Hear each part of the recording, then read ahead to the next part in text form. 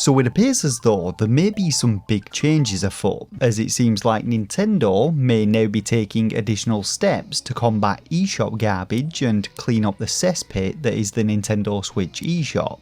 Prior to the Switch 2 releasing, we already saw them reformatting the way in which the top sellers and most popular titles were displayed, but as reported by Game Rant, Nintendo Life, IGN and some of the other big outlets, there are a bunch of additional changes being implemented by Nintendo, which are currently taking effect on the Japanese eShop, but will no doubt be making the way west sometime in the near future. Now the first of these is a little bit questionable, and I'm not entirely sure about the reasons for it, but the Japanese eShop will soon no longer accept overseas payment methods such as overseas credit cards or PayPal accounts.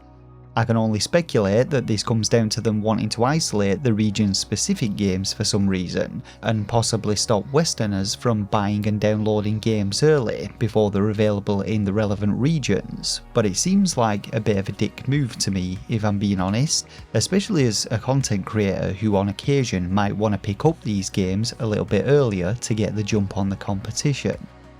Now the second and more significant change involves changes to specific publishing rules, and this one is a major blow to the likes of the scam game publishers, smutty H game flingers, and those who are currently exploiting the eShop to get the games seen over and over. In the case of the latter, which includes publishers such as RedDeer Games, Baltoro Games and Qubic Games, Nintendo are setting new boundaries on the number of bundles that can be published. And I'm sure you've all seen the copious amounts of AAA Clock that plague the eShop, shat out by RedDeer Games on a monthly basis. But the new guidelines state that the maximum number of titles eligible for bundles is 5 within the first year of a game's release, with that number increasing by 1 for each game the year is available, up to a maximum of 8. Now the wording on this is a little iffy here, but it sounds to me like the publishers can release 5 versions of a game, either bundled together with other games or bundled with a DLC. But the cap is 5 in the first year, and this means that they can't just keep churning out these bundles for the next 8 years or however long the Nintendo Switch 2's lifespan is, so publishers are going to have to pace themselves if they want the games to stay relevant. The second guideline addresses the publication of sensitive content, and this includes topics such as discrimination and hate, instructing criminal activity, and political statements, but more importantly, the sexualization of children and overly sexualized content, so bye-bye H games it seems. Now I know there are fans of these kind of games out there, and I have to admit I myself have exploited this fact by publishing content on the games simply due to the sheer amount of views that the videos get.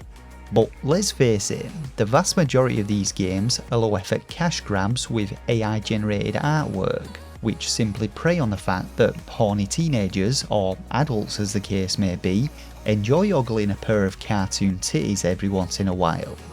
Nintendo have always prided themselves as being the family-friendly do-gooders of the video game market, but it seems like they've strayed from this in the past few years and are now trying to regain some of that reputation.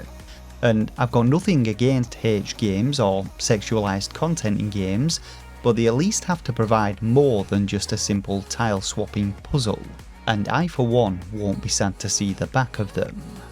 The final rule applies more significantly to the scam game publishers, especially the ones who publish on multiple platforms under multiple names, as this now prohibits them from making any drastic changes to a game without due cause. This includes significant changes to the title, and I've seen on multiple occasions where the game's title differs from platform to platform, perhaps in an effort to hide the tracks and avoid being banned for the same game on multiple platforms.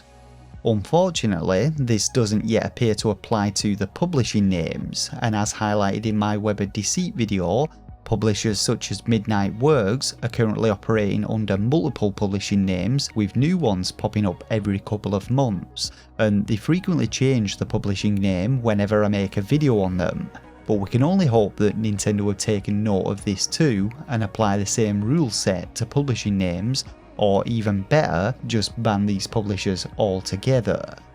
How significant of an impact these changes will have remains to be seen, but in my eyes it's a step in the right direction, and we can only hope that this is a sign that Nintendo are beginning to put consumers first and that they are indeed wanting to make the eShop a better place for everyone. But what do you think? Do you think these changes will have any real impact on the current state of the eShop, and what changes would you like to see them make in order to combat the ongoing issues? Let me know down in the comments section below. For now though, drop a like and subscribe to the channel for more Nintendo Switch and Switch 2 content. Thanks once again for watching, and until next time, take care of yourselves and game on.